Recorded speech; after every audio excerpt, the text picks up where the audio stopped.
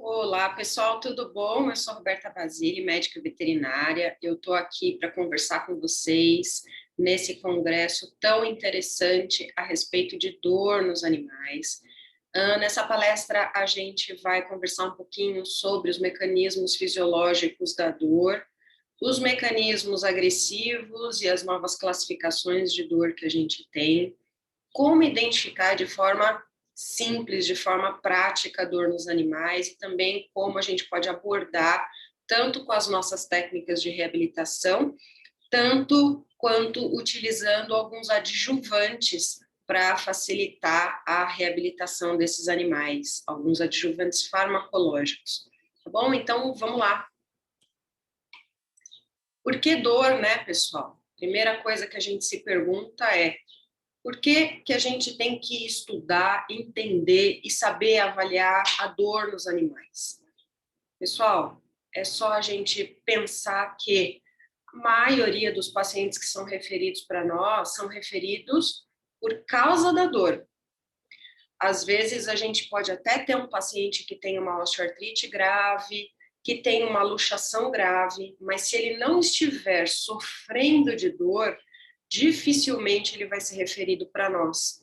Então, a gente precisa, sim, compreender muito bem esses mecanismos e saber como gerenciar essas coisas. E aí, olha só, em 2020, a IASP, que é um órgão internacional de estudos da dor, ela colocou para a gente uma definição muito interessante. Ela atualizou a definição de dor. Ela diz o seguinte, que é uma experiência sensitiva e emocional, desagradável, associada ou semelhante à associada a uma lesão tecidual real ou potencial. Aqui no Brasil, o órgão que representa a IASP é a ISBED, Sociedade Brasileira para Estudos da Dor, que promove muitos encontros, muitos cursos e muitos eventos muito importantes, e também tem uma revista que eles lançam com matérias muito interessantes sobre dor. E eu tenho uma página também específica sobre dor, que é a Pesquisa em Dor Animal, que está no Facebook e está no Insta, na qual eu compartilho muitos estudos legais e ferramentas interessantes para a gente estudar e avaliar a dor nos animais e tratar também. Bom, quando a gente fala experiência sensitiva, essa é a parte fisiológica da dor, a qual a gente compreende mais fácil, que a gente aprendeu na graduação. Isso foi sempre passado para a gente com muita clareza, essa parte sensitiva da dor. Então, só relembrando, a gente tem um estímulo agressivo. Esse estímulo agressivo, ele vai estimular os nociceptores, que são fibras nervosas pouco mielinizadas ou amielinizadas, que têm uma condução lenta de dor. Bom, essas fibras C e A delta, que são nervos periféricos sensitivos, eles caminham e entram na medula via corno dorsal da medula. E lá a gente tem também um gânglio da raiz dorsal da medula, que é um gânglio, um corno sensitivo.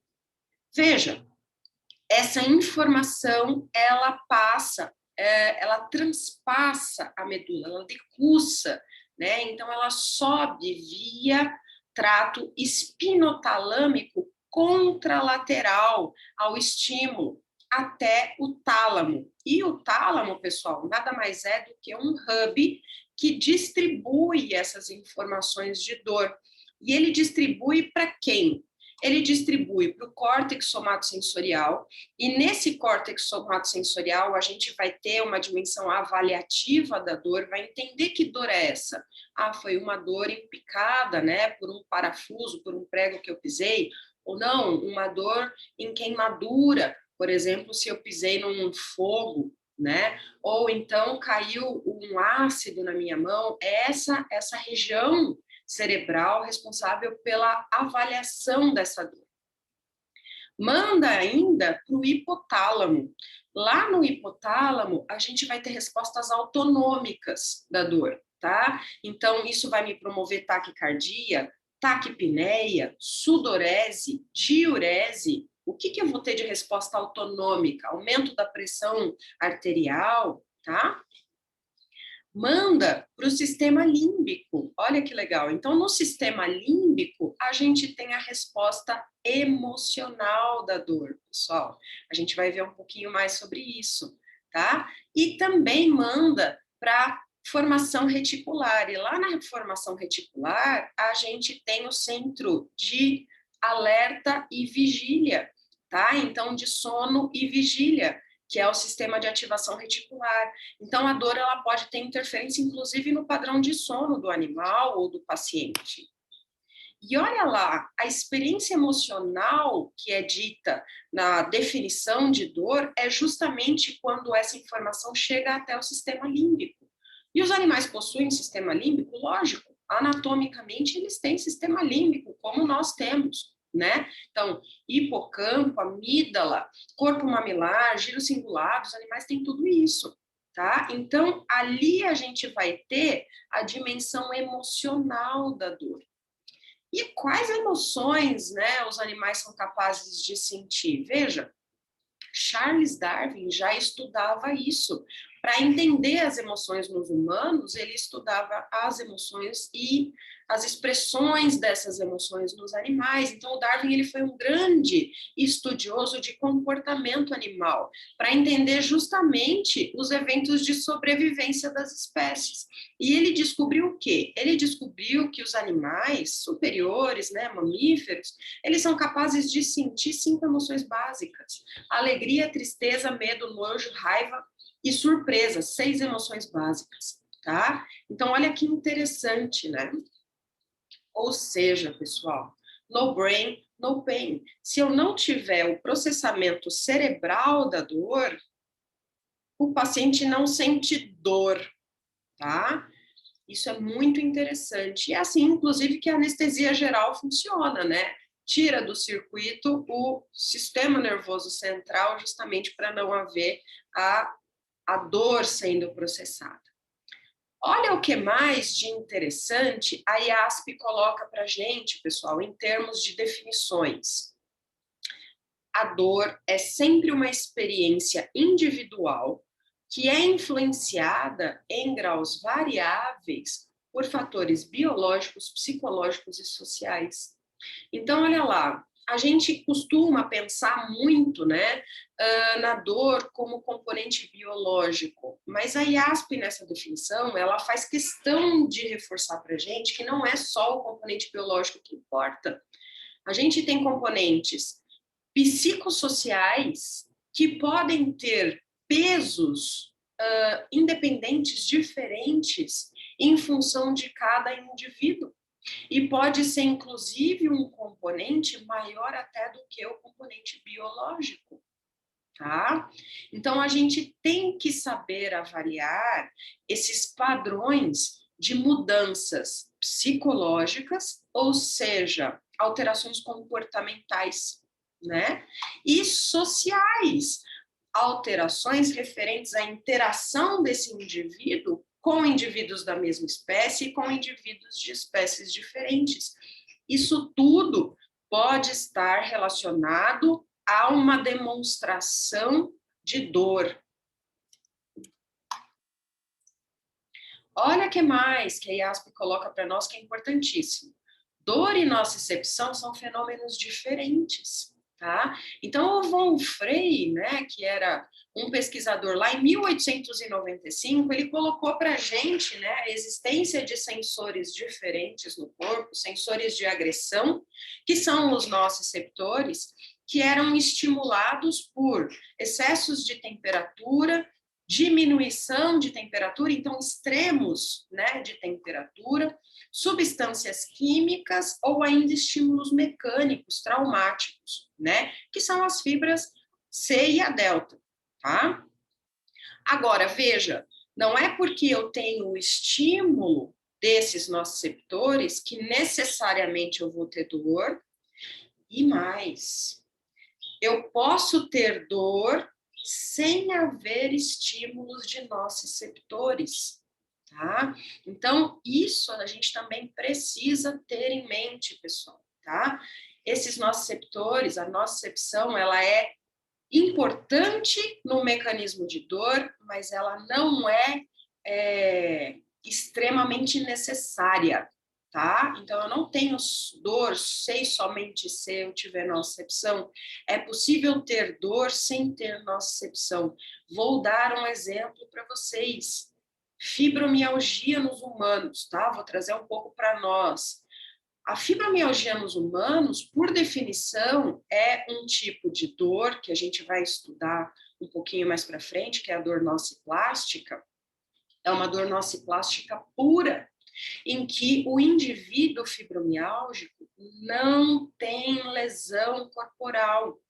Ele até pode ter tido lesão corporal no passado, algum tipo de lesão, algum tipo de doença, mas aquilo já se curou e sobrou somente a dor, sem haver lesão. Por quê, pessoal? Porque isso é o mais importante que vocês têm que fixar comigo nesse bate-papo. A dor é um processamento central e não é única e exclusivamente dependente de estímulos periféricos, tá bom?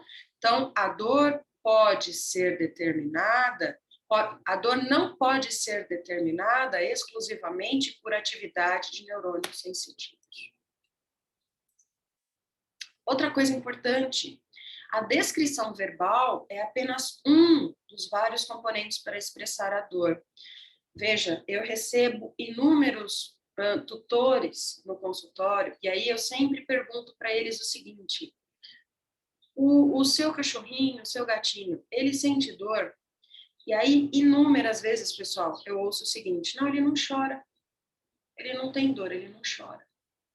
Pessoal, parece trivial para nós, mas a gente precisa ter muito claro isso até para explicar para esses tutores.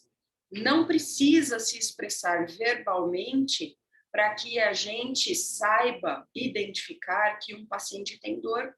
Estou colocando para vocês aí de fundo desse slide a escala de avaliação de dor de Grimassi, tá? Então, a própria avaliação de dor de Grimassi, ela mostra para a gente formas da gente avaliar a dor por meio de expressões faciais, tá bom? Então, a gente deve, né, a partir daqui, começar a observar os nossos pacientes de forma muito mais atenta e muito mais sensitiva, tá? E por isso é tão importante a gente conhecer a espécie que a gente trata, o comportamento da espécie que a gente trata, que a gente trabalha, porque, sim, os animais são capazes de expressar a dor pela face.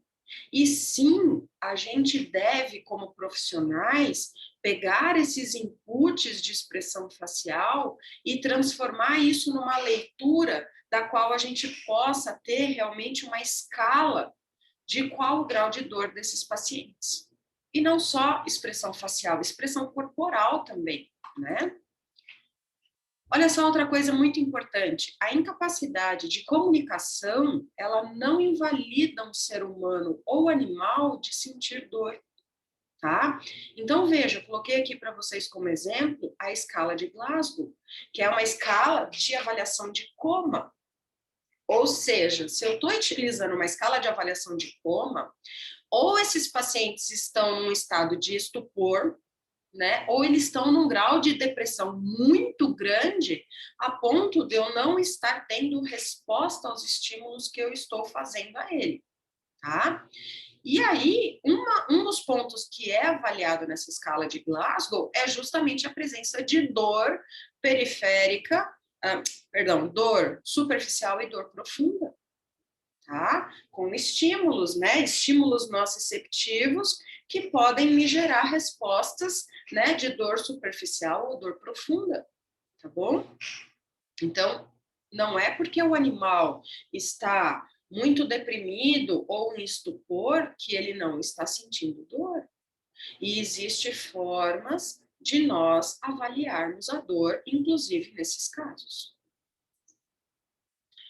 Pessoal, existem dois tipos de classificação de dor, das quais a gente trabalha com os dois em paralelo, porque eles trazem informações importantes para a gente sobre o quadro do paciente e também como abordar. Primeiro, com relação à duração, né? A dor ela pode ser aguda ou crônica. O que é isso? A dor aguda. A dor aguda é aquela que acontece imediatamente após a lesão. Então, uma vez que eu tenho a lesão ou trauma, a dor aguda, ela vem à tona, ou uma cirurgia, o que for, tá? Ela é fisiológica, ou seja, um mecanismo de proteção das espécies. E ela é, pessoal, proporcional aos danos teciduais. Então, geralmente, essa dor que acontece logo após a injúria, digamos assim, ela é uma dor muito proporcional àquele dano tecidual que a originou, tá? E, geralmente, né, quando a gente tem uma dor aguda referente àquela lesão, quando eu resolvo, cicatrizo a lesão, a dor vai embora junto.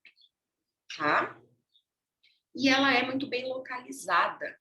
Dói aonde aconteceu a lesão, né? Qual a diferença da dor crônica? Veja, a dor crônica, ela é associada primeiro a lesões antigas. O que é um antigo? Né? Em humanos, a gente fala que a partir de 3 meses de evolução de uma lesão, se essa lesão não foi resolvida, eu tenho dor crônica, ok? Joia. Bom, e em animais? Porque humanos podem viver 100 anos, né? E os animais, como é que a gente faz? Bom, a gente tem animais que vivem 5 anos, a gente tem animais que vivem 20, a gente tem animais que vivem 40. Por isso a gente não fixa um tempo, tá? Porque esse tempo é muito proporcional ao tamanho da vida do animal, tá bom? Mas está associado a lesões crônicas. Veja, ela por si só se tornou uma doença. Olha que interessante isso. Então, quando eu tenho uma lesão crônica associada à dor crônica, eu passo a ter 2 doenças. A doença referente à lesão em si e a dor crônica. A dor crônica tem que ser tratada como uma doença e ela tem estratégias de tratamento, pessoal, completamente diferentes das estratégias de tratamento da lesão, tá? Ela pode ser mais intensa que os danos teciduais. Então, a gente não tem mais aquela correlação entre o tamanho da lesão e a intensidade da dor. Eu posso ter uma lesão que já ficou pequena, porém a dor permanece ainda muito intensa. Ela pode permanecer mesmo após a resolução da lesão. Se não for tratada, se a dor não for abordada de forma correta, como uma doença, eu posso tratar a lesão e continuar com a dor. E ela, pessoal, ela é difusa. Ela tem esse caráter difuso. Por quê? Uma vez que o paciente tem uma lesão crônica, ele começa a ter alterações compensatórias no padrão de deambulação, na postura corporal, na tensão, na depressão. Isso tudo gera dores em outros lugares, tá? Dores que são compensatórias em relação àquela dor inicial.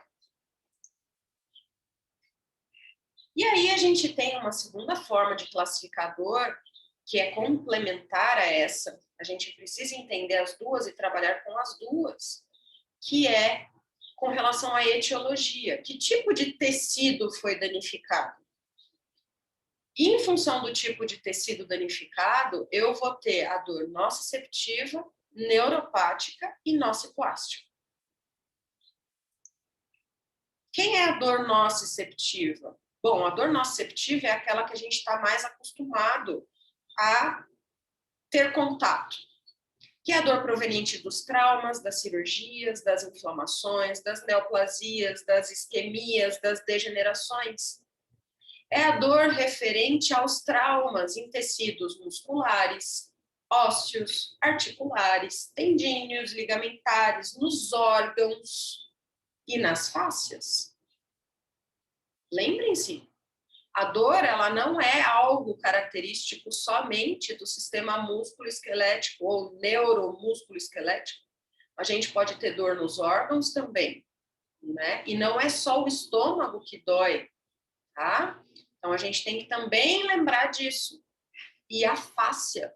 A fáscia, ela também, uma vez que eu tenho uma lesão, eu posso ter uma densificação da fáscia, e essa densificação da fáscia é promover dor no local e promover dor, inclusive, em outros locais. Tá? A dor referida. Então, a dor nociceptiva, pessoal, ela é a dor mais comum que a gente está acostumado a ter contato no nosso consultório, no nosso dia a dia. Coloquei um exemplo aqui, que é a dor da cirurgia, do pós-cirúrgico. Tá? Veja, essa dor nociceptiva, ela pode estar muito associada a padrões inflamatórios. E uma vez que eu tenho padrões inflamatórios, pessoal, acontece um fenômeno que se chama hiperestesia. O que é isso? A gente tem uma amplificação do sinal de dor, tá? Então, uma vez que eu tenho inflamação e liberada uma sopa inflamatória no local da lesão, por exemplo, com histamina, bradicinina, serotonina, prostaglandinas, ATP, íons H+, todos esses componentes são ditos componentes algogênicos, ou seja, que amplificam os disparos de nociceptores. Então, a gente tem muito mais chegada de sinais nociceptivos até o nosso cérebro, tá? Veja, quando essa sopa inflamatória sensibiliza, né, um mecanismo de sensibilização periférica, próximo da lesão, tá? Sensibiliza nociceptores, que são fibras A, delta e C, eu tenho esse fenômeno de hiperestesia. O que é isso? Pessoal, quando eu me belisco, dói. Mas dói pouquinho, mas dói. Agora, se eu tiver derrubado água quente no meu braço, tiver queimadura em carne viva, e eu fizer o mesmo belisquinho, vai doer horrores. Isso é a hiperestesia. Hiper, aumento, estesia de sensibilidade, tá? E a alodínia? O que é a alodínia? A alodínia é quando essa sopa inflamatória, essa sensibilização periférica acontece em fibras que não eram responsáveis por mandar estímulo nociceptivo, por exemplo, as fibras A beta. Fibras A beta são fibras de tato. Então, passar a mão no meu braço não dói. Não dói. Agora, se o meu braço estiver queimado por água quente e eu passar a mão no meu braço, dói muito. Isso é alodínia. Então, isso é o que a gente vê, por exemplo, quando eu toco um animal e ele se torna agressivo, quando eu toco uma articulação e ele rosna e ele fica bravo, eu tomo um coice, se for no caso de um cavalo, né? Uma manotada. Isso é alodínia, pessoal. Isso é um mecanismo de sensibilização periférica de fibras que não eram responsáveis por sentir nocicepção. E como é que eu avalio a dor nociceptiva? Do jeito que a gente está acostumado a avaliar corriqueiramente na nossa rotina clínica. Então, coloquei um exemplo aqui de testes de flexão e extensão articulares. A gente palpa as estruturas, a gente rotaciona as articulações, a gente avalia se esse paciente está apoiando todos os membros corretamente, se ele tem alguma tendência a não apoiar algum membro, né? Se ele claudica, se ele fica muito tempo deitado. Então, tudo isso são respostas referentes à dor nociceptiva. Inclusive, o grau de claudicação, se for uma dor, por exemplo, músculo-esquelética, o grau de claudicação, né, de 1 a 5 pode me dar dicas sobre a intensidade da dor, né? E, pessoal, quando a gente fala de órgãos, a gente fala de dor nociceptiva referida muitas vezes. Muitas vezes eu tenho um problema em um órgão, por exemplo, em um rim, né, uma neoplasia renal, uma neoplasia esplênica ou hepática, uma gastrite, uma gastroenterite, um ovário policístico, né? E a palpação abdominal não me dá informações tão relevantes sobre a dor do paciente. Porém, a gente deve associar, quando a gente suspeita de dor visceral, tá? Dor nos órgãos, a gente deve acrescentar na nossa avaliação a dor referida. Por quê? Olha só, então aqui um exemplo, né? Da inervação sensitiva do rim, da cápsula de um rim, que vem e entra, pessoal, no mesmo corno dorsal da medula de uma região, por exemplo, uma palpação lombar na pele, tá? Então, a região da pele, a inervação sensitiva da pele, entrando no mesmo corno dorsal da medula, e aí havendo a sinapse dessa informação nociceptiva para o mesmo neurônio que vai levar essa informação até o tálamo pelo trato espinotalâmico, tá? Então, veja que importante, esse neurônio, pessoal, que está levando essa informação pelo trato espinotalâmico, ele pode confundir exatamente de onde veio aquela informação, se aquela informação veio dos rins ou veio da pele, tá? E daí surgem, pessoal, os diagramas de dor referida. Isso é muito conhecido nos humanos, tá? Existem diagramas bem específicos nos humanos e eu fiz um diagrama transposicional aqui para cães, utilizando o conhecimento que a gente tem de humanos, para onde seriam as dores referidas nos cães, né, em função da entrada do corno dorsal sensitivo na medula. Então, por exemplo, né, eu trabalhava com uma nefrologista e algo que ela me relatava muito era o seguinte: Roberta, chegavam muitos pacientes renais, obviamente, né, com insuficiência renal crônica, com neoplasia renal, com hidronefrose, com os mais diversos tipos de doenças, e cistos. E o que ela me dizia era o seguinte: Roberta, conforme eu percebo que esses pacientes vão se agravando, por algum motivo, esses pacientes passam a ter muita lombalgia, a ponto de não querer mais sair do lugar. Olha, pessoal, em azulzinho claro, aonde é a região de dor referida, por exemplo, da dor renal. Tá? Então, é uma coisa para a gente pensar, para a gente acrescentar na nossa avaliação. A acupuntura já faz isso, né? Então, quem trabalha com acupuntura sabe que quando a gente faz a palpação dorsal, a gente avalia essa dor referida, né? O teclado de Roget, eu digo teclado de Roget, né? Mas a gente pode trazer isso na nossa rotina também de avaliação de fisiatras, tá? E aí eu trouxe para vocês alguns itens que vocês podem perguntar aos tutores na anamnese de vocês, referente a cada tipo de dor, que eu utilizo na minha rotina, tá? E que traz informações muito relevantes com relação a cada tipo de dor. Primeiro, com relação à dor nociceptiva especificamente. Ele se sente rígido pelas manhãs, com dificuldade de se levantar e de se movimentar? Tem dificuldade de se levantar ou subir, descer degraus? Tem dificuldade de abaixar para comer ou beber água? Durante os passeios, pede para descansar várias vezes? Se arrasta, senta ou deita com frequência? Não sobe no carro sozinho, em camas ou sofás? Anda de cabeça baixa?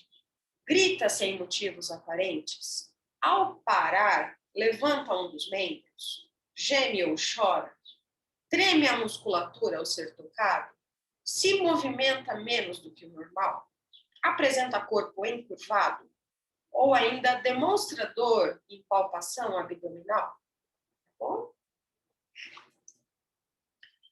E aí, pessoal, a gente tem alguns adjuvantes farmacológicos para a gente trabalhar essa dor nociceptiva, tá? E quem são esses adjuvantes farmacológicos? Como a dor nociceptiva ela está muito relacionada à inflamação, tá? Muito relacionada às distensões, inflamações, né?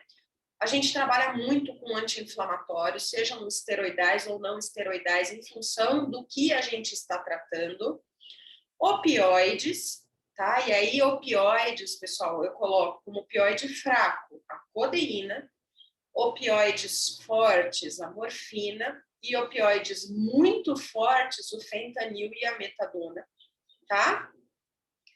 Veja que o tramadol ele não está mais aqui na classificação de opioides, ele já caiu da classificação de opioides, porque ele não estimula, ele estimula muito pouco os receptores Mi, tá? Opioides, então ele caiu dessa classificação.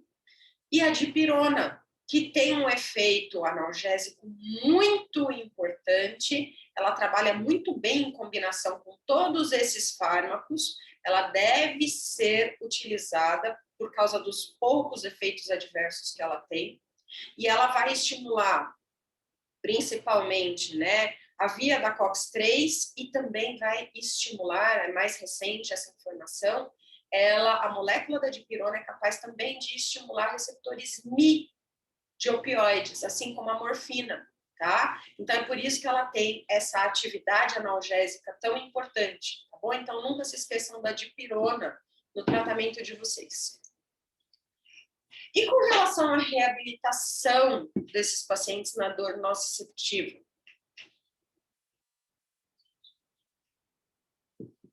Como a gente está trabalhando com lesões teciduais, pessoal, a gente deve buscar cicatrização e reparação tecidual, né? Porque os nociceptores, eles estão sendo estimulados pela lesão tecidual. Então, eu tenho que resolver essa lesão tecidual, é importantíssimo, tá? Que terapias a gente tem que trabalham muito bem cicatrização tecidual? Terapias físicas, né? Então, as terapias físicas que a gente tem a relembrar, tá? Então, a gente tem aí laser, LED, infravermelho, ultrassom, campo eletromagnético, shockwave, radiofrequência, diatermia, que mais?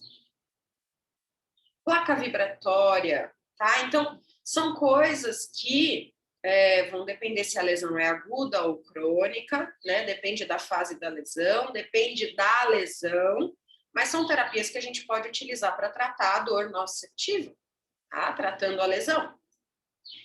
Pessoal, terapias manuais das mais diversas, né? As massagens, a quiropraxia, acupuntura, homeopatia, são técnicas importantíssimas para restabelecer a homeostase local, para trabalhar a teoria do portão da dor, que eu vou explicar para vocês um pouquinho mais para frente, tá? Que também trabalha outro tipo de dor. Então, são técnicas importantíssimas também. Cinesioterapia, hidroterapia, tá? São técnicas importantíssimas também, porque mexem com o organismo.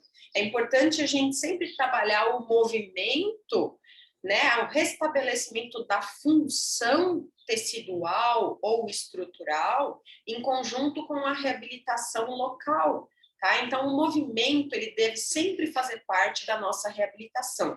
Desde o começo, obviamente, cada fase da reabilitação, a gente vai utilizar um tipo de movimento diferente. Inclusive, no início, movimentos passivos e gradativamente passando para movimentos ativos, né? Ativos isométricos e depois ativos excêntricos, né? E concêntricos, tá? Mas o movimento, ele tem que fazer parte da nossa reabilitação. A gente tem que saber muito bem como utilizar o movimento, tá? O Haihuá lá nas terapias físicas também, esqueci de falar dele. Ozonioterapia, adoro no tratamento da nociceptiva, porque ele trabalha muito bem a lesão, a inflamação, a melhora da oxigenação, remoção de catabolismo, produção de antioxidantes. Ele é fenomenal, ativação de fibroblastos, produção de colágeno, modulação do sistema imunológico e por aí vai, né? Então, o ozônio para dor nociceptiva é fantástico. Tá? A gente tem que pensar, seja por via lesional, seja por infiltrações, né? E aí nas infiltrações a gente tem outras coisas que a gente pode utilizar também, além do ozônio, viscossuplementação, PRP, células-tronco, ProStride, AirUp, tem um monte de coisas que a gente pode utilizar que fazem parte dessa reabilitação nociceptiva. Suplementos, tá? Então, sim, a gente pode utilizar os suplementos, seja por via suplemento alimentar, por suplemento ortomolecular, por suplemento fitoterápico, para criar um substrato favorável de reparação tecidual, tá? Então, e as bandagens também, né, para trabalhar toda a parte neuromuscular, a ativação, né, das fibras táteis, tá? Das fibras beta, também trabalha muito na teoria do portão da dor, tá? Então, é muito legal. Certo, pessoal? Falamos sobre a dor nociceptiva. Agora a gente vai falar um pouco sobre a dor neuropática. Quem é essa? Bom, a dor neuropática, ela é uma dor proveniente da lesão de nervos, de neurônios, tá? Então, eu preciso ter uma lesão nervosa para que aconteça a dor neuropática, ok? E quais tipos de mecanismos agressores a gente pode ter? Traumáticos, autoimunes, induzidos por produtos químicos ou metabólicos, tá? Então, existem 4 mecanismos básicos de lesão nervosa que geram a dor neuropática. Então, vejam, obviamente os traumas, né, as avulsões de plexo, as fraturas que podem romper feixes nervosos, às vezes a própria cirurgia, né, a gente faz isso voluntariamente, né, então fazer, por exemplo, uma transecção nervosa, tá? Um desligamento nervoso para melhora da dor, mas às vezes a gente pode ter formação de neuromas, de cotos cicatriciais que geram a dor neuropática. Olha que perigo, né? Em função da técnica que a gente utiliza de neurectomia, tá? Autoimune, por exemplo, a gente tem algumas doenças, né, na medicina veterinária, por exemplo, a doença do carrapato, que pode induzir alterações, afecções autoimunes, e a gente pode ter deposição de imunocomplexos nesses axônios e gerar dor neuropática, tá? Neuropatias induzidas por química, né, por fármacos, por exemplo, às vezes alguma iatrogenia, aplicação de um fármaco um pouco mais revulsivo intramuscular, que pega ali uma inervação, um ramo de isquiático, tá? A gente vê isso, né? E síndromes metabólicas, que são as endocrinopatias, né? Que a gente sabe que as endocrinopatias elas podem ser muito agressivas para os nervos periféricos, tá? Então, diabetes mellitus, hiperadrenocorticismo, hipotiroidismo, tudo isso pode gerar alterações, distúrbios muito importantes no sistema periférico, nervoso periférico, e trazer a dor neuropática, tá? E como é que é essa dor neuropática? Essa dor neuropática, o mecanismo dela é completamente diferente da dor nociceptiva. Por isso que a gente precisa entender para saber como abordar. Veja, na dor neuropática eu não estou associada a nociceptores, posso estar, mas não necessariamente. Qualquer nervo é passível de ser estimulado a induzir uma dor neuropática, tá? Qualquer nervo. Por quê? Os nervos, eles funcionam através de neurotransmissores excitatórios ou inibitórios. Se eu tenho a liberação de um neurotransmissor excitatório na fenda sináptica, eu tenho o aumento da despolarização do neurônio pós-sináptico. Se eu tenho a liberação de um neurotransmissor inibitório, ou ele diminui a taxa, ou ele para de despolarizar. Tá? E o que acontece na dor neuropática? A gente tem a micróglia, especialmente a micróglia, liberando citocinas inflamatórias né? Uma vez que eu tenho uma lesão próxima de um nervo, a micróglia é ativada e ela começa a liberar interleucinas, TNF, alfa e por aí vai.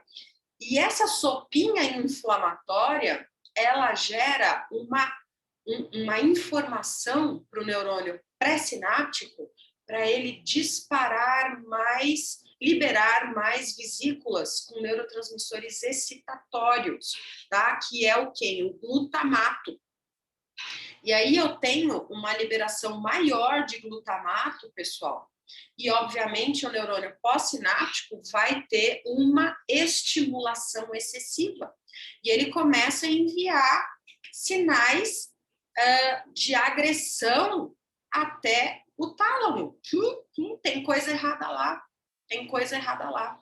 E isso me gera o estado de dor neuropática.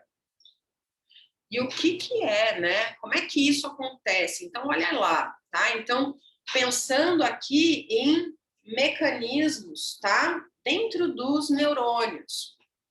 Eu tenho lá a despolarização axonal via abertura de canais de sódio, tá? Então, os canais de sódio vão abrindo no axônio, canais de sódio e potássio, né? Eles vão abrindo, tenho a entrada de sódio, e essa entrada de sódio sensibiliza um receptor que se chama AMPA, tá bom? Esse receptor AMPA, ele é responsável pela entrada de magnésio nesse neurônio, tá? E essa liberação de magnésio, pessoal, sensibiliza um outro receptor que fica ali na membrana fosfolipídica, que se chama NMDA. Esse receptor NMDA é quem vai ser responsável pela abertura dos canais de cálcio.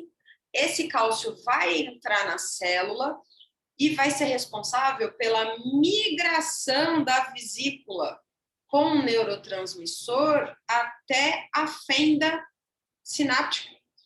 E lá na fenda sináptica, ocorre a liberação desse neurotransmissor. Então, veja, esse mecanismo de liberação de neurotransmissor, ele está diretamente associado a canais de sódio, de magnésio, de cálcio, receptores AMPA e NMDA. Ai, Roberta, por que eu preciso saber isso? Que louca! Porque cada fármaco que vai atuar na dor neuropática vai agir especificamente em uma dessas caixinhas. Olha só como é diferente o tratamento da dor neuropática em relação à dor nociceptiva. Tem nada a ver, né? A gente não tinha falado disso até agora. E justamente porque qualquer nervo pode ser um gerador, digamos assim, de dor neuropática, a dor neuropática, ela tem descritores completamente diferentes. Por quê? Porque eu posso ter qualquer tipo de nervo, qualquer tipo de fibra, C, a delta, a beta, a alfa, responsável por esse tipo de dor. E ela vai mandar a informação que ela está acostumada, só que uma informação exacerbada. Então, eu posso ter sensação de queimação, ardência. Eu posso ter sensação de formigamento. Tem humanos que relatam a dor neuropática como sensação de bicho andando embaixo da pele. Pode ter sensação de pontada. Pode ter sensação de choque elétrico. Pode ter sensação de dormência. Mas como assim dor, sensação de dormência? São coisas diferentes. Dor é uma coisa, dormência é outra. Quer dizer que está anestesiado. Não. A dor neuropática, ela pode se refletir como uma sensação de dormência ou congelamento, água fria.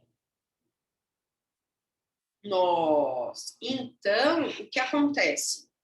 Pensa na cabecinha dos animais, tendo esses descritores de dor. Por exemplo, a tal da sensação de bicho andando sob a pele. O que um animal vai fazer quando ele tem essa sensação? Ele vai se automutilar, porque na cabecinha dele ele acha que tem um bicho andando sobre a pele. Se ele tem sensação, por exemplo, de ardência, ai, tá queimando, tá queimando. Se eu fosse bicho, o que eu faria? Vou tentar tirar isso que tá queimando de mim. Então, olha, pessoal, o comportamento dos animais frente à dor neuropática não tem nada a ver com o comportamento frente à dor nociceptiva. É por isso que a gente tem que entender os mecanismos, trazer um pouco do conhecimento dos humanos, para a gente ser capaz de fazer uma leitura daquele paciente e tentar entender o que está passando na cabecinha dele. Seja um equino, seja um bovino, seja um felino, seja um cão, seja um coelho, seja um passarinho, tá? E aí, sabendo desses descritores agora, com isso na cabeça, a gente pode fazer algumas perguntas também. Além da nossa inspeção, no nosso exame, a gente pode fazer algumas perguntas na nossa anamnese. Ele morde ou lambe partes específicas do corpo com frequência? Desde quando? Porque isso, o desde quando, pessoal, é a pergunta que vai me dizer se a dor é aguda ou crônica. Ah, não, faz uma semana. Ah, não, faz 10 anos. E o desde quando, ele é tão importante que ele pode me dar, inclusive, dicas de se vai ter um outro tipo de dor, que é o próximo que a gente vai entrar agora. Porque uma coisa é eu ter uma dor crônica há 1 ano. Outra coisa é eu ter uma dor crônica há 10 anos. Isso também faz diferença. Porque vai aparecer o terceiro tipo de dor, nessas dores crônicas muito antigas. Voltando, não deixa tocar certas áreas do corpo, ou ainda chora, grita, relincha, dá coice, morde, quando certas áreas são tocadas. Ai, sabe aquele cavalo chato? Ai, ele é cosquento. Não, ele não é cosquento. O cavalo não é cosquento. O cachorro não é cosquento. Ai, ele é chato, ele é chato assim mesmo. Uma vez eu fui num Aras atender um cavalo, e aí veio uma cachorrinha para mim, né, toda alegrinha, não sei o quê. A hora que eu peguei para fazer carinho aqui embaixo do pescocinho dela, ali por volta do Atlas, do Axis, ela quase me mordeu, virou uma onça. Eu olhei e falei, ela sempre foi assim? Ah, ela é chata assim mesmo. Ela sempre foi chata desse jeito. Eu falei, animal não é chato. Chato é a gente. Eles não são chatos. Ela tem dor. Precisa pesquisar o que ela tem ali. Aí ficaram com aquela cara, tá? Pensem nisso, hein? Muda de comportamento, acabei de falar, muda de comportamento ao ser tocado, podendo se tornar agressivo ou morder. Não tem porquê, veio toda alegre na minha direção, na hora que eu toco ela, ela vira o capeta e quer me morder? Nunca me viu? Grita sem motivos aparentes. Sabe aquela história do, ai, tava lá na sala, tava tudo bem, de repente deu um grito e não andou mais. Que será, não? Opa. Arrasta um ou mais membros, tropeça ou cai com frequência. E aí vocês podem acrescentar aqui o que vocês quiserem a mais, porque a dor neuropática, ela está associada à lesão de nervo periférico. Se eu tenho lesão de nervo periférico, ou nervo central também, tá? Sistema nervoso central. Nervo, ok. Se eu tenho uma lesão nervosa, eu posso ter, e muitas vezes, sinais neurológicos. Então, pessoal, quem trabalha com reabilitação tem que ter um tripé de conhecimento, de formação e de conhecimento na cabeça. Qual é esse tripé? Ortopedia, tripé de 4. Pensei mais um agora. Então, é uma pirâmide de conhecimento, tá? Cuja base é um quadrado. Uma pirâmide de conhecimento. Ortopedia, porque muitas lesões são ortopédicas. Neurologia, porque muitas lesões ortopédicas podem promover lesões neurológicas. Por exemplo, uma discopatia é uma lesão, é uma afecção inicialmente ortopédica de um disco intervertebral que promove uma lesão neurológica, por exemplo, uma compressão de raiz nervosa ou uma compressão de medula espinhal. Então, não tem como fugir da neurologia, fugir da neurologia. Reabilitação e farmacologia, porque a gente precisa reabilitar e nós somos fisiatras, né? Médicos veterinários são fisiatras, então a gente precisa saber sobre tudo que a gente aprendeu na faculdade de clínica, de essência da medicina veterinária e associar isso às técnicas de reabilitação, fisioterapia, acupuntura, quiropraxia, homeopatia, o que vocês quiserem. E dor. A gente precisa saber sobre dor. Aí a gente consegue lidar muito bem com o nosso paciente que está lá no topo da nossa pirâmide, é o nosso objetivo, tá? Então, quando eu recebo um paciente, pessoal, eu sempre faço exame ortopédico e neurológico, porque se ele tiver alterações neurológicas, isso também pode ser indício de que ele tem dor neuropática, ok? E aí, para tratar a dor neuropática, se o mecanismo de atuação dela é completamente diferente, o mecanismo de tratamento vai ser totalmente diferente também, não tem jeito, né? Então, a gente vai tratar, olha lá, bloqueando os tais canaizinhos das caixinhas. Por isso que eu coloquei aquele slide. Eu posso bloquear canal de sódio via amitriptilina. Eu posso bloquear canal de cálcio via gabapentina. Uai, mas eu achei que a gabapentina tinha a ver com o neurotransmissor inibitório GABA. Ela foi criada com esse objetivo, mas aí eles descobriram que não tinha nada a ver, coitada. Ela não funcionava desse jeito. Ela funcionava bloqueando os canais de cálcio. Mas o que é bom também, tá? Porque acaba tendo um efeito analgésico, diminui a liberação de glutamato na fenda, tá bom? Bloqueadores NMDA, o glutamato, pessoal, ele se liga no NMDA. Então, o glutamato liberado pelo pré-sináptico, ele se liga ao NMDA do pós-sináptico. Então, se eu colocar alguma barreira ali, o glutamato, mesmo que ele saia, ele não chega, tá? Que é quem? A amantadina e a ketamina em doses analgésicas, que é 1 miligrama por quilo, tá? E a gente tem o tramadol. Olha, ele apareceu aqui, só que não como opioide, como um bloqueador da recaptação de serotonina e adrenalina, que são neurotransmissores analgésicos, inibitórios, tá? Então, a gente tem como neurotransmissor inibitório a serotonina, adrenalina e a GABA, que é a mais importante. E quem que é o mais importante de neurotransmissor excitatório? O glutamato, que é o nosso foco aqui. E veja, para tratar a dor neuropática, um plus aí a mais para vocês, tá? Nesse conhecimento. Vou falar o que eu gosto de fazer, se vocês quiserem, vocês adaptam para a vida de vocês. Eu gosto de trabalhar a inibição tanto no neurônio pré-sináptico quanto no neurônio pós-sináptico. Então, eu gosto muito de combinar, pessoal, quem trabalha no pré-sináptico? Esses dois. Um desses dois, ou a amitriptilina ou a gabapentina, e o pós-sináptico, quem? A amantadina. Então, quando eu trabalho a combinação desses fármacos, eu estou inibindo, diminuindo a liberação de glutamato e inibindo a captação dele aqui, tá? Adjuvantes que a gente tem no tratamento dessa dor neuropática são opioides. Eles podem ou não funcionar, a depender de onde foi a lesão, do grau da lesão, tá? Então, se forem, por exemplo, algumas lesões mais de sistema nervoso central, pode ser que a gente não tenha uma boa ação, tá? Dos opioides, mas a gente pode tentar utilizar.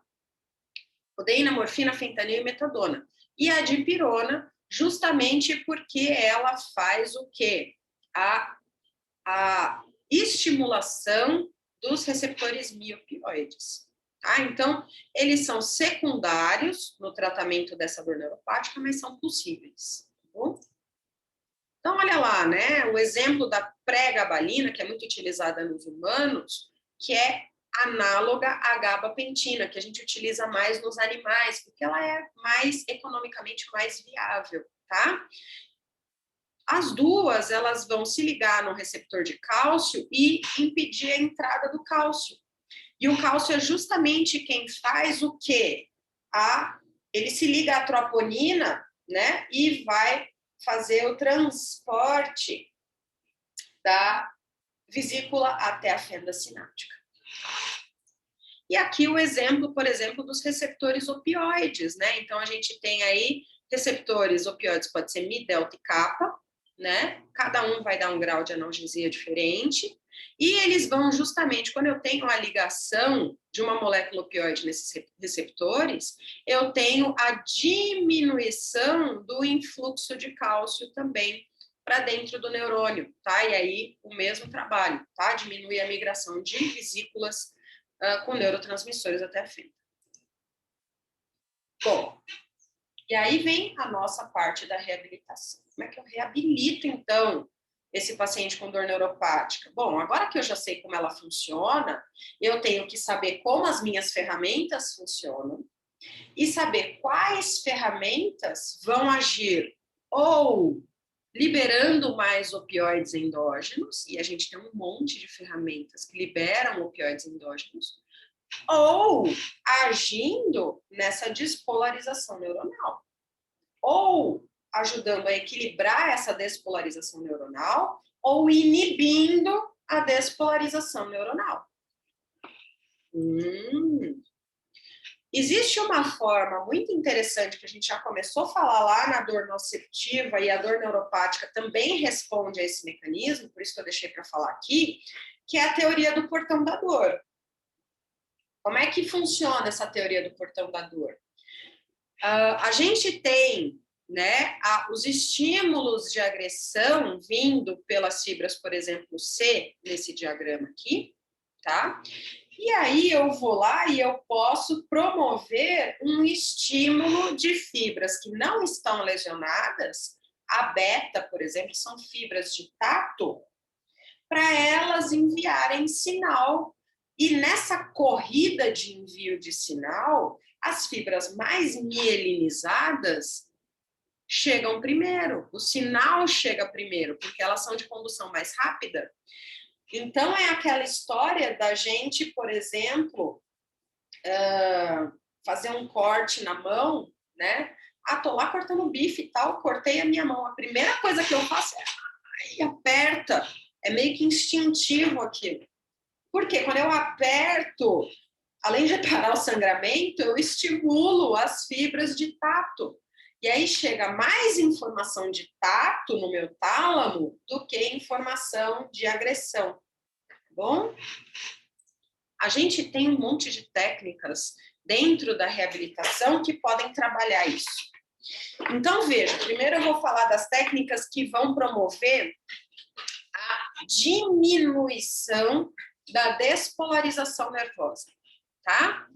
Quais técnicas diminuem essa despolarização nervosa? Especialmente as técnicas que trabalham, que têm envolvido nela a onda eletromagnética, tá? Então, campo eletromagnético, TECAR, radiofrequência, que mais? Haihuá.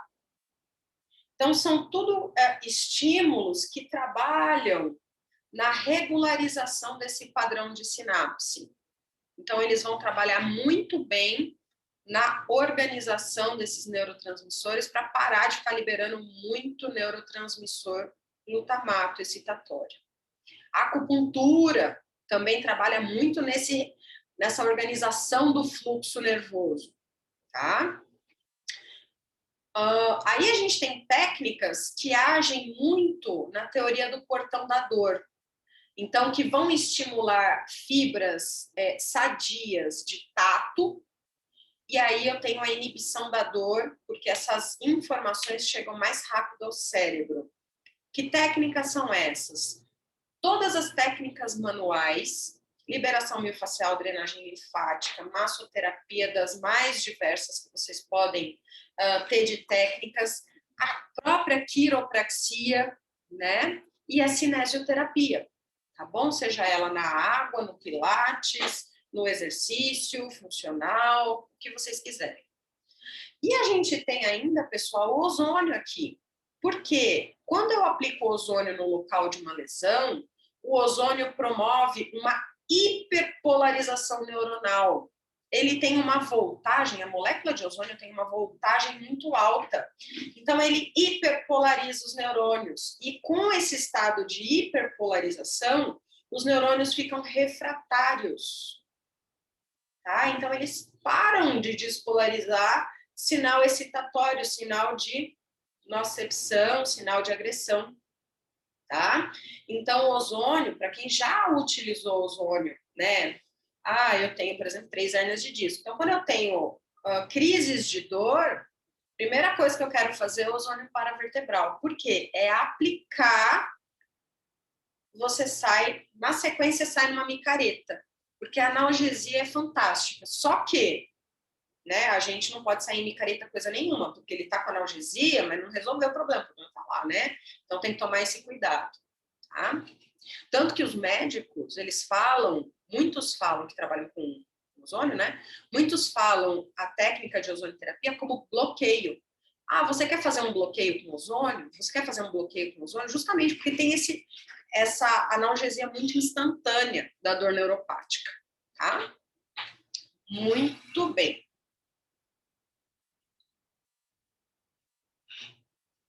E agora, para finalizar, a gente tem a dor nociplástica. Dor nociplástica é um termo que eu tenho certeza que muitos de vocês ainda não ouviram falar.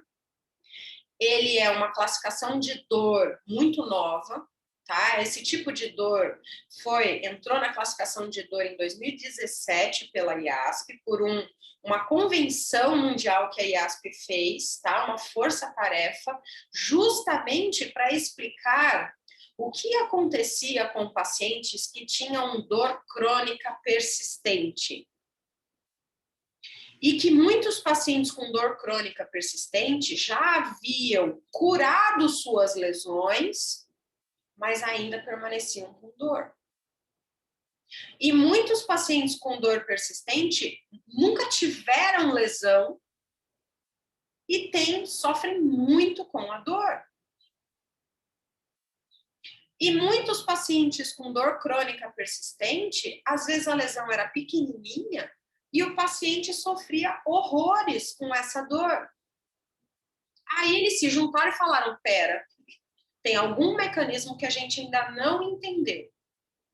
E aí veio todo esse conhecimento da dor nociplástica.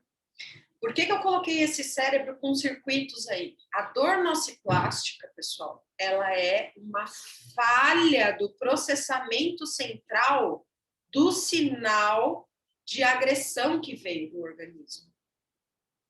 Lembra aquela história, né, que a gente tinha a entrada do sinal de dor pelo tálamo e a distribuição? Eu vou fazer uma analogia para vocês aqui com um hospital. Bom? Imaginem um hospital funcionando normalmente. Sua recepcionista alegre e sorridente, chega um paciente por vez, também alegre e sorridente, vai lá, para até para tirar foto para a câmera, a enfermeira está ali, a senhora sendo atendida pela enfermeira, todos felizes, o médico trabalhando, fazendo seus atendimentos, fazendo, né, as suas revisões dos seus pacientes, tudo em harmonia. Ok? E aí? Começa a aumentar o fluxo de paciente.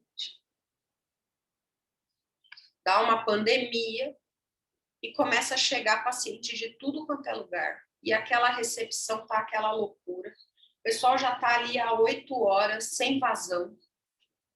Ou tem vazão, a vazão é muito baixa. Atende, sei lá, 5 pacientes por hora e chega a 20 por hora. E a recepcionista já tá ficando louca, tá aquele caos. Os médicos estão trabalhando, os enfermeiros estão trabalhando, mas aquela recepção tá aquele caos. E aí a recepcionista tem a brilhante ideia de falar, olha, seguinte, doutor, O senhor poderia, por favor, vir me ajudar a fazer ficha desses pacientes? Porque eu não estou dando conta. Será que o senhor poderia vir aqui? Ele fala, vou. Ele é muito bondoso, não consegue falar não, fala, vou te ajudar a fazer ficha. Larga o consultório vazio e vai fazer ficha. Aí começa a fazer ficha, todo mundo acha que está dando certo, só que o que adianta fazer ficha se o médico não está lá para receber o paciente? Aí vira aquele caos. E aí essa recepcionista, junto com esse médico, começa a mandar paciente para outras especialidades que não tinha nada a ver com a história. Ah, o paciente ortopédico vai para o cardiologista, o paciente, porque o ortopedista está lá junto com ela, o consultório está vazio, aí chega um fraturado, não vai para o cardiologista, você mesmo. O cara está aqui me ajudando, vai lá para o cardiologista, depois a gente vê o que faz. Chega um outro com um problema renal, que tinha que ir para o nefro está lá junto com ela na recepção. Não, vai no dermato, vai para o dermato, depois a gente vê o que faz. Imagina o caos. Isso é o cenário da dor nociplástica. Então, eu mostrei para vocês, né, que tinha o sinal nociceptivo que vinha via fibras A, delta e C, subia pela medula no trato espinotálamico e chegava até o tálamo.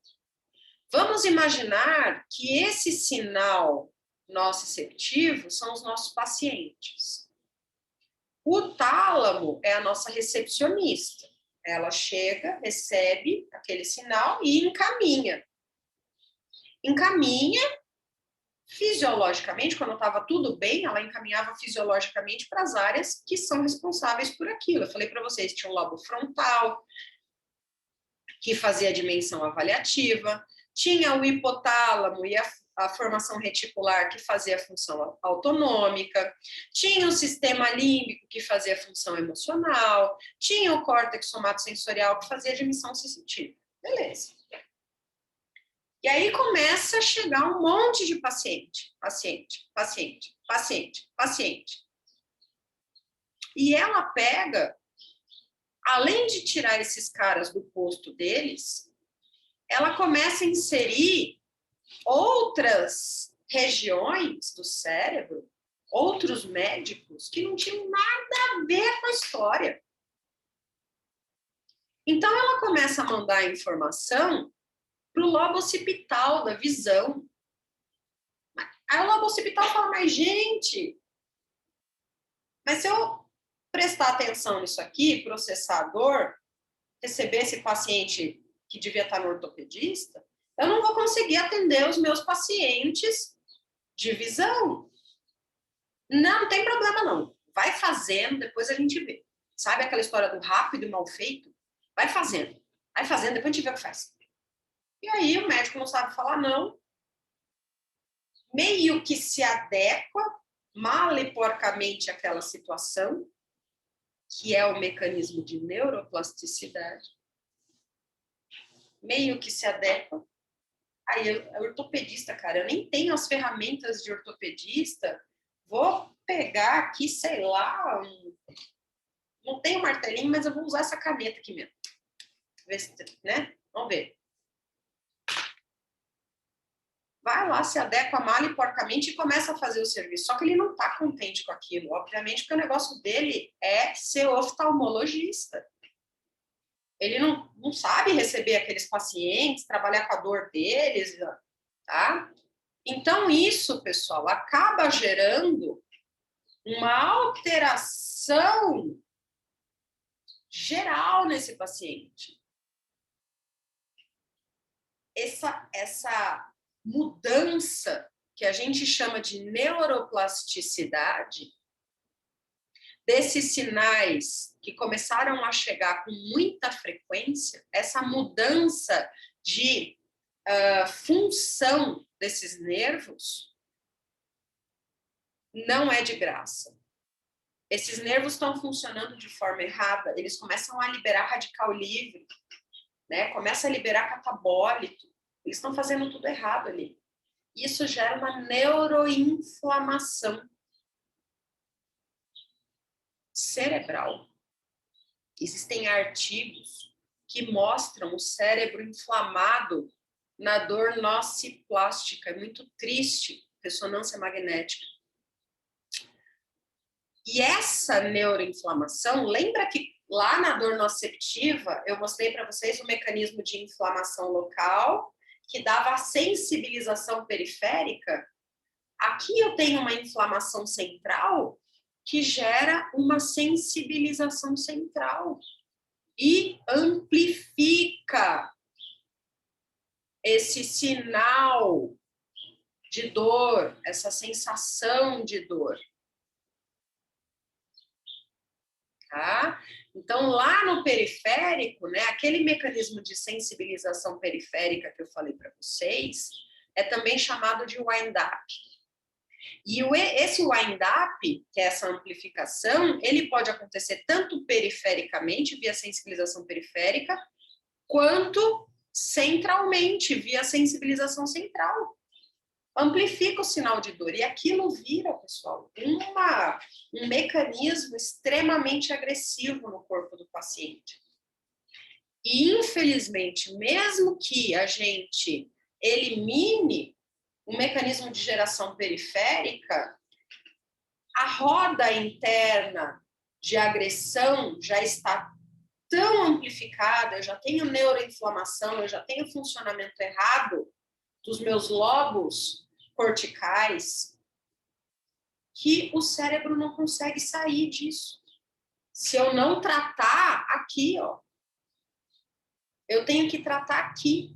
Não basta, olha só como a dor se tornando a doença. Não basta eu tratar a lesão, porque aqui já machucou também, já lesionou, tá? E aí, pessoal, como eu tenho essas alterações centrais cerebrais que vão pegar as mais diversas regiões corticais, eu posso pegar córtex auditivo e o meu paciente passar a ouvir menos. Eu posso pegar córtex visual e o meu paciente passar a enxergar pior. Eu posso pegar, por exemplo, córtex frontal e meu paciente perder concentração, perder raciocínio, perder memória. Se pegar lá no sistema límbico, o que vai acontecer? Eu vou ter alterações comportamentais importantes, ansiedade, depressão, ausência de memória. Se amplificar as alterações na formação reticular, eu posso ter alterações de sono, alterações no padrão de sono do meu paciente. O paciente não dorme à noite, por exemplo. E por aí vai, tá, pessoal? Isso não tem fim. Se pegar no córtex motor, eu posso ter alterações motoras, distúrbios de equilíbrio, se pegar na parte cerebelar, e por aí vai, tá? De vestibular também, e por aí vai. E aí eu posso fazer algumas perguntas na anamnese. Em alguns momentos parece deprimido ou irritado? Não se altera ou demonstra felicidade quando os tutores chegam em casa, mostrando depressão? Tem sono agitado ou dificuldade para dormir? Mostra dependência emocional. Esses pacientes podem ficar dependentes emocionais. Olha só, pessoal. Se esconde, busca ficar sozinho, sofre de doenças crônicas. Por quê? Eu tenho muitas doenças crônicas que podem levar a quadros de dor crônica, por exemplo, neuropatia diabética. E se esse paciente tem diabetes desde 1 ano de idade, hoje ele tem 10, tem uma chance muito grande dele ter dor nociplástica associada. Falta de concentração ou memória. E aí, pessoal, como é que eu vou tratar isso? Eu vou tratar isso com fármacos que modulam neurotransmissores de prazer, tá? Dopamina, serotonina, adrenalina, especialmente esses 3. Quem são esses antidepressivos? Os tricíclicos, e os heterocíclicos, sendo que na medicina veterinária a gente utiliza mais a duloxetina. Tá? A gente tem doses e tudo mais, é mais estudado. Certo? Adianta fazer anti-inflamatório nesse paciente? Não. Adianta fazer gabapentina nesse paciente? Não.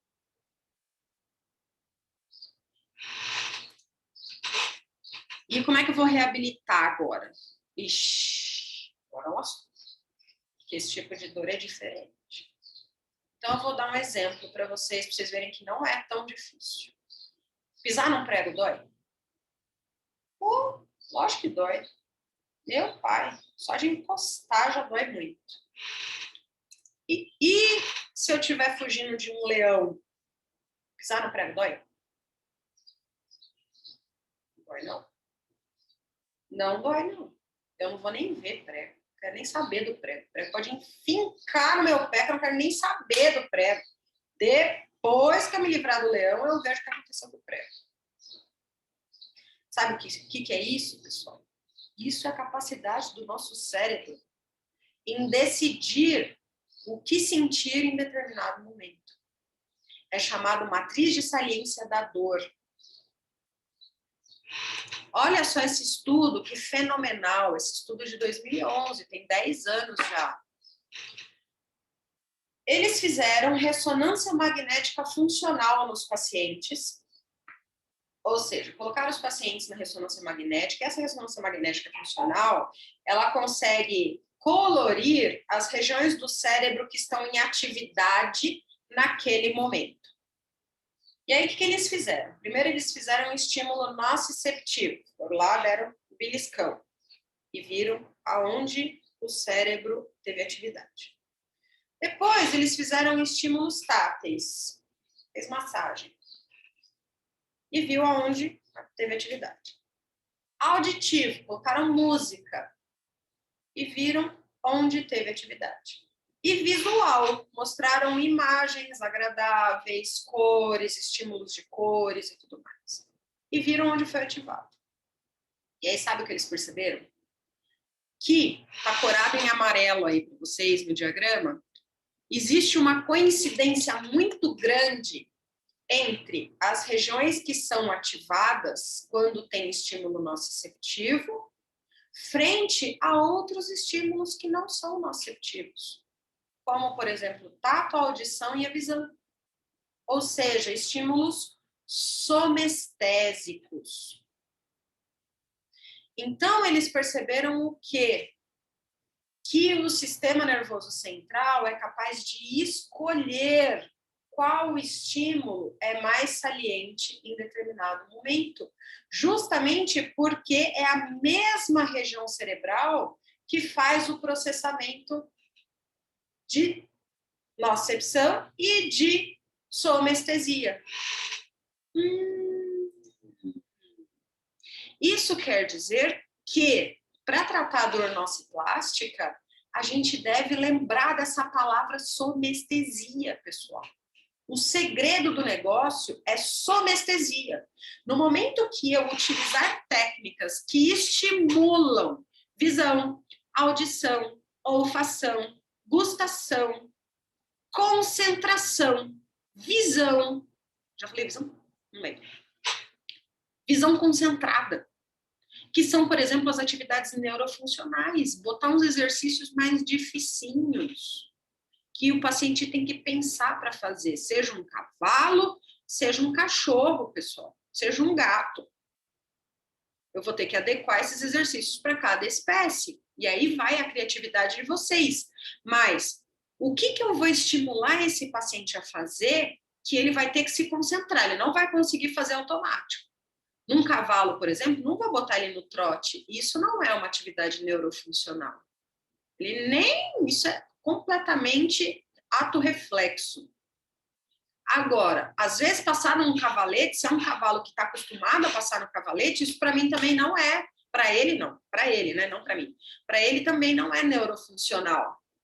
Agora, se é um cavalo de salto que está acostumado a fazer cavalete, você vai lá e bota um obstáculo, por exemplo, um tambor, um cone, e pede para ele fazer uma curva fechada, Ele não está acostumado com isso, ele tem que pensar.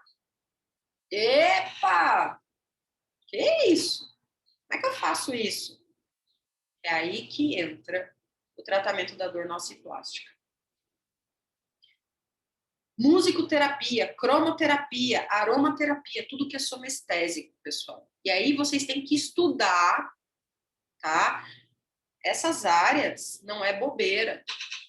Musicoterapia tem um monte de artigo científico publicado sobre o efeito da musicoterapia no tratamento de pessoas. A gente tem artigo publicado mostrando que música aumenta a produção de leite em vaca. Por quê? Porque a vaca gosta de Bach, de Mozart? Lógico que não. Porque é um estímulo somestésico. E na musicoterapia, pessoal, a gente tem frequências com funções diferentes.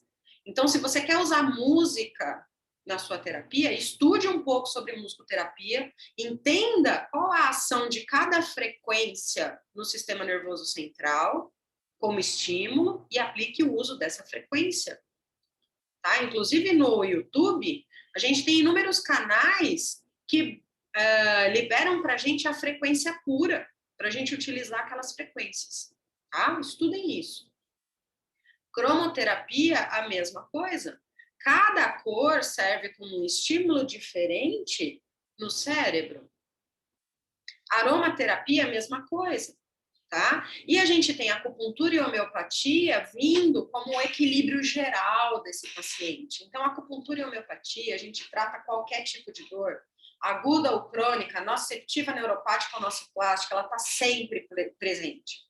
Sempre presente.